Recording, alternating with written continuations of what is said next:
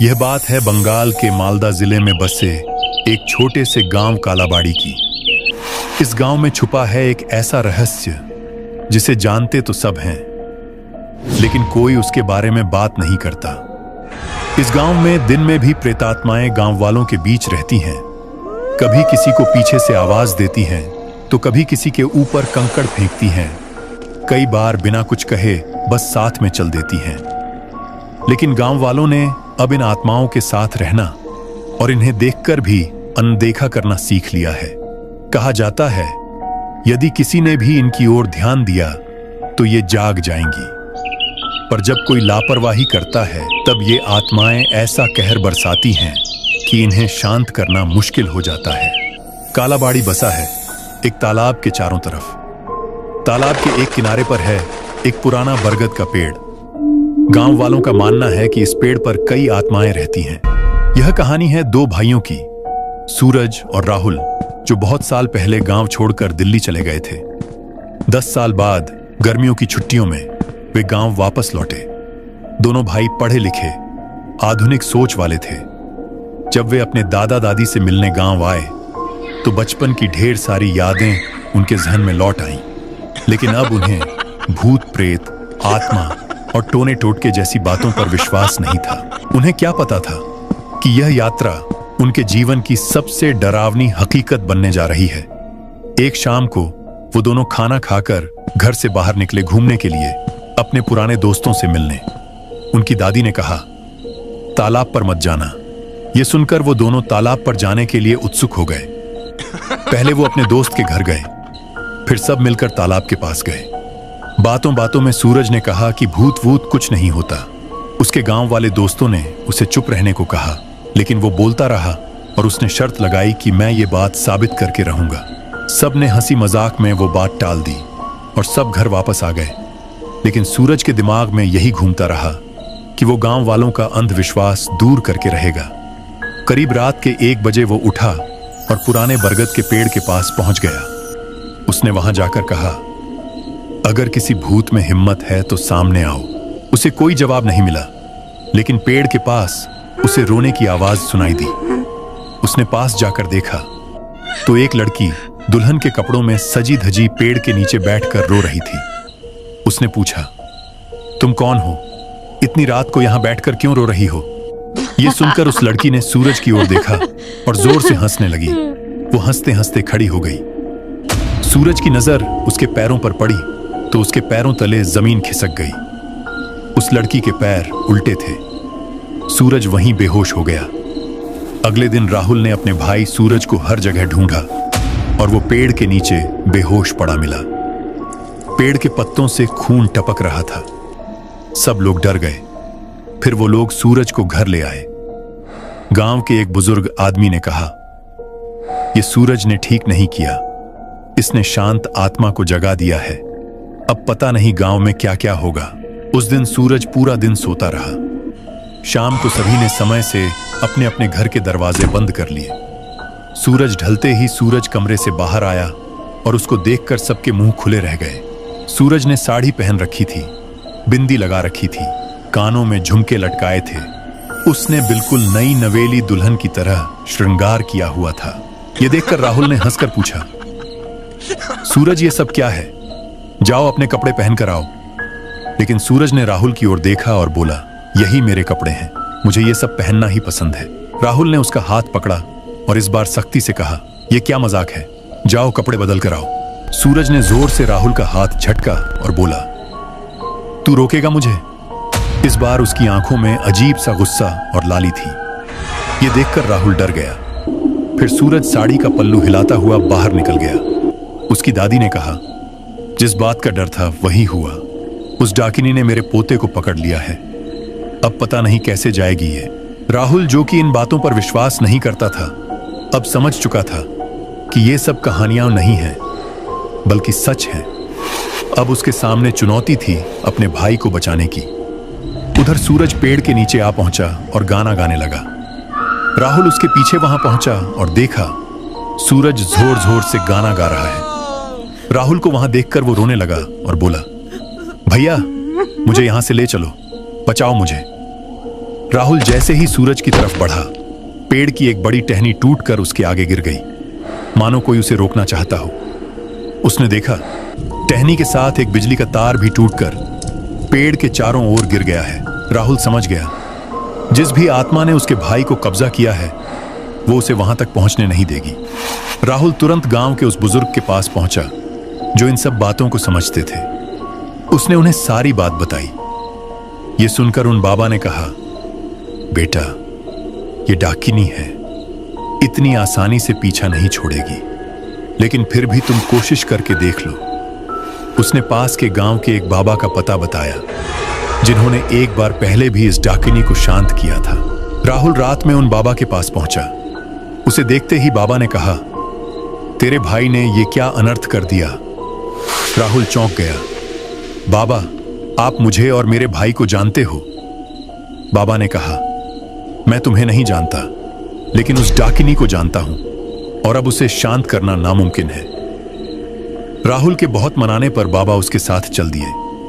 अब तक सुबह हो चुकी थी। सब लोग पेड़ के पास पहुंचे और देखा पेड़ की टहनी जैसे कभी टूटी ही नहीं थी। बिजली का तार जो टूटकर पेड़ के चारों ओर गिरा था वो सही सलामत खंभे पर लगा था। राहुल ये सब देखकर बहुत डर गया। बाबा ने उसे बताया, डाकिनी एक मायावी शक्ति है और रात में तूने जो भी देखा वो सब माया थी। राहुल को देखकर सूरज उसके पास आया और बोला, भैया, ये जगह बहुत अजीब है। पता नहीं मैंने ये क्या कपड़े पहने हैं, हम यहां नहीं रुकेंगे। मानो जैसे उसे कल रात का कुछ याद ही ना हो। वो सब सूरज को लेकर घर आ गए। बाबा के रहने का इंतजाम राहुल ने अपने घर में कर दिया। रात को फिर सूरज उठ खड़ा हुआ और पेड़ की ओर चलने लगा। बाबा और राहुल उसके पीछे पीछे चलने लगे और पेड़ के पीछे से छुपकर सूरज को देखने लगे। पेड़ के पास जाकर सूरज जोर जोर से हंसने लगा और बोला, बाबा, चुपचाप क्या देख रहे हो? सामने आओ, आपका हमारा रिश्ता तो बहुत पुराना है। बाबा और राहुल पेड़ के पीछे से निकलकर सामने आए और देखा सूरज हवा में झूल रहा है।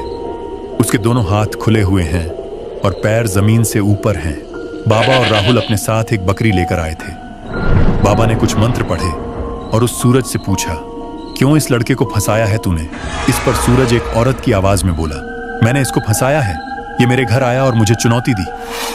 बाबा ने कहा, गलती हो गई है बच्चे से, अब इसको जाने दे, तेरे लिए बलि लाए हैं। डाकिनी ने कहा, ठीक है, जाने देती हूं, लेकिन आज के बाद कोई शक न करे। ये मेरा घर है और मैं यहीं रहूंगी, कभी नहीं जाऊंगी। बाबा ने उस बकरे की बलि दी और सूरज को उस डाकिनी ने आजाद कर दिया। बाबा ने उस डाकिनी को अपने मंत्रों से एक परात में बंद किया और ऊपर से ढक्कन लगा दिया। खाली परात में इतना वजन हो गया कि दो लोग भी उसको पकड़ नहीं पा रहे थे, मानो कोई इंसान उस परात के ऊपर बैठा हो। सबको लगा कि अब डाकिनी शांत हो गई और सब कुछ पहले जैसा हो जाएगा, लेकिन बाबा अभी भी चिंता में दिख रहे थे।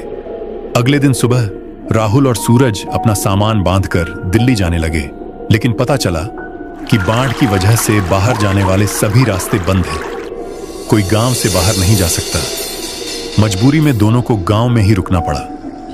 रात को सोते हुए सूरज को आवाज आई जैसे कोई लड़की उसे बुला रही हो।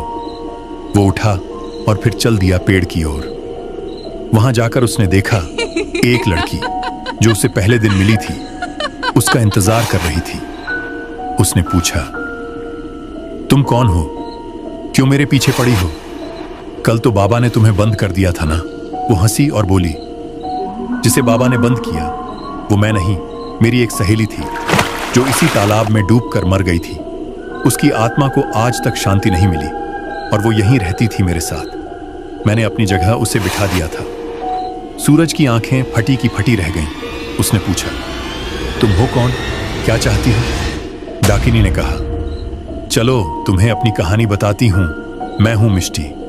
बहुत साल पहले मेरा परिवार इसी गांव में रहता था। मैं गांव के सरपंच की पोती थी। सब मुझे बहुत प्यार करते थे। ये सामने झोपड़ी देख रहे हो, यहां रहता था एक लड़का, औरबिंदो। हम दोनों एक दूसरे को चाहते थे, लेकिन मेरे घर वाले इसके खिलाफ थे। उन्होंने मेरी शादी तय कर दी। मैंने औरबिंदो को बताया और कहा कि हम दोनों इस दुनिया से दूर भाग जाएं। औरबिंदो ने भी हाँ कहा। और हमने शादी वाली रात भागने का प्लान बनाया। हम दोनों यहीं इस पेड़ के नीचे मिलकर साथ में भाग जाते, क्योंकि रात में पेड़ के नीचे कोई नहीं आता था तो पकड़े जाने का कोई डर नहीं था। लेकिन शादी वाले दिन मैं घर से भाग गई और इस पेड़ के नीचे दुल्हन के जोड़े में औरबिंदो का इंतजार करती रही, और वो नहीं आया। थक कर मैं उसकी झोपड़ी की तरफ गई और बाहर खड़े होकर मैंने सुना कि औरबिंदो ने मेरे बाबा को सब बता दिया था और उनसे कुछ पैसों के बदले यह गांव छोड़कर जाने का वादा किया था। इसलिए वो अपने माँ बाप के साथ रात के अंधेरे में गांव छोड़कर चला जाएगा। उसने अपने बाबा को बताया, जल्दी करो, सरपंच और उनके आदमी आते ही होंगे, मिष्टी को ले जाने, वो उसकी शादी करवा देंगे। हम कुछ महीनों बाद यहां वापस लौट आएंगे। उस बेवफा ने चंद पैसों के लिए मेरे प्यार का सौदा कर दिया। ये सब सुनकर मैंने इसी पेड़ के नीचे अपनी जान दे दी, लेकिन मुझे मुक्ति नहीं मिली और मैं बन गई डाकिनी। तब से मुझे हर एक इंसान से नफरत है। मैंने औरबिंदो को कभी गांव वापस नहीं आने दिया और धीरे धीरे सारे गांव वालों को अपनी नाराजगी दिखा दी। मेरे जीते जी किसी ने मेरे साथ सही नहीं किया और अब मैं किसी भी आदमी के साथ सही नहीं होने दूंगी। आज तक किसी भी मर्द की इतनी हिम्मत नहीं हुई कि मुझे चुनौती दे। उस रात जब तूने मेरे होने पर सवाल उठाया तो तुझे जरा भी डर नहीं लगा। पहले तो मुझे बहुत गुस्सा आया और मैंने सोच लिया कि तुझे सबक सिखाकर रहूंगी, तेरा जीना मुश्किल कर दूंगी। लेकिन फिर मुझे लगा तू औरों जैसा नहीं है, तुझ में हिम्मत है। अब मैंने सोच लिया है कि मैं तुझसे शादी करूंगी और तुझे अपने साथ अपनी दुनिया में ले आऊंगी। सूरज डर गया। इतने में गांव वाले और राहुल बाबा के साथ वहां पहुंच गए। जब गांव वाले, बाबा और राहुल वहां पहुंचे तो देखा सूरज नीम के पेड़ के नीचे बिल्कुल चुपचाप खड़ा था, आंखें झुकी हुई, और सामने वह भूतिया दुल्हन मिष्टी सजी धजी खड़ी थी, हाथ में माला लिए। बाबा चिल्लाए, मिष्टी बस करो, तुम्हारा बदला पूरा हो चुका है, अब इस मासूम को छोड़ दो। मिष्टी ने ठंडी हंसी में कहा, बाबा आपको क्या लगता है बदला सिर्फ धोखेबाज से लिया जाता है? इस गांव ने मुझे भुला दिया था, मेरे दर्द पर पर्दा डाल दिया था, और अब जब किसी ने मेरी सच्चाई सुनी तो मैं क्यों जाने दूं। फिर वह राहुल की तरफ मुड़ी, तुम्हारा भाई अब मेरा है, वो मेरी शादी की रात भागा नहीं, आया है। अब मैं उसे अपनी दुनिया में ले जाऊंगी जहां ना आंसू हैं, ना धोखा, ना मौत। राहुल दौड़कर सूरज को पकड़ने गया, लेकिन सूरज की आंखों में अब कोई इंसानियत नहीं बची थी। वो सिर्फ फुसफुसा रहा था, मैं उसका हूं, मैं उसका हूं। बाबा ने तुरंत अपने थैले से एक मंत्र रचित नारियल और सिंदूर की डिबिया निकाली और जमीन पर एक रेखा खींच दी। इस रेखा के बाहर तू नहीं आ सकती मिष्टी, ये आखिरी चेतावनी है। लेकिन जैसे ही बाबा ने मंत्रों का उच्चारण शुरू किया, मिष्टी जोर जोर से चिल्लाने लगी, तुमने मुझे फिर रोक लिया, लेकिन मैं हारूंगी नहीं। अचानक नीम के पेड़ से सभी शाखाएं हिलने लगी, जैसे सैकड़ों आत्माएं एक साथ चीख रही हों। पेड़ की जड़ें खुद ब खुद बाहर आने लगीं और धरती कांपने लगी।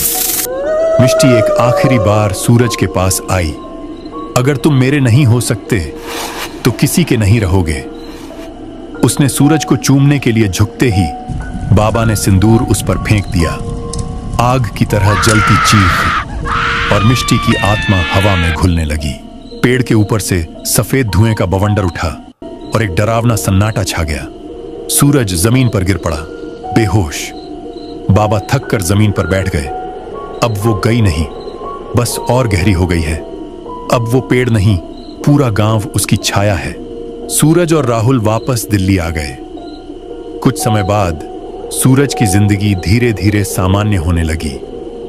उसने अपने डर और बीती बातों को पीछे छोड़ने की कोशिश की। घर वालों ने जब जिद की तो सूरज की शादी कर दी गई। शादी के कुछ ही हफ्तों बाद उसकी पत्नी की रहस्यमयी मौत हो गई।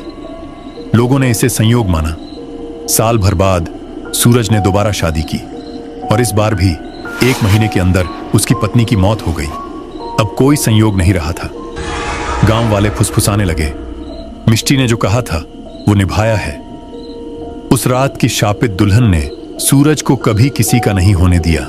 गांव के उस पुराने हिस्से में अब कोई नहीं जाता। पेड़ अब भी वही है।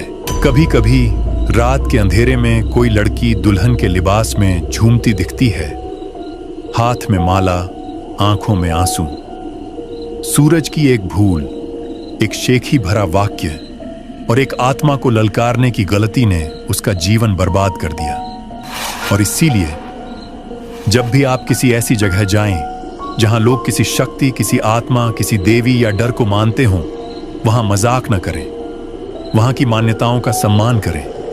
क्योंकि अगर वो शक्ति सच में हुई तो एक आवाज, एक साया, एक नाम आपकी जिंदगी बदल सकता है।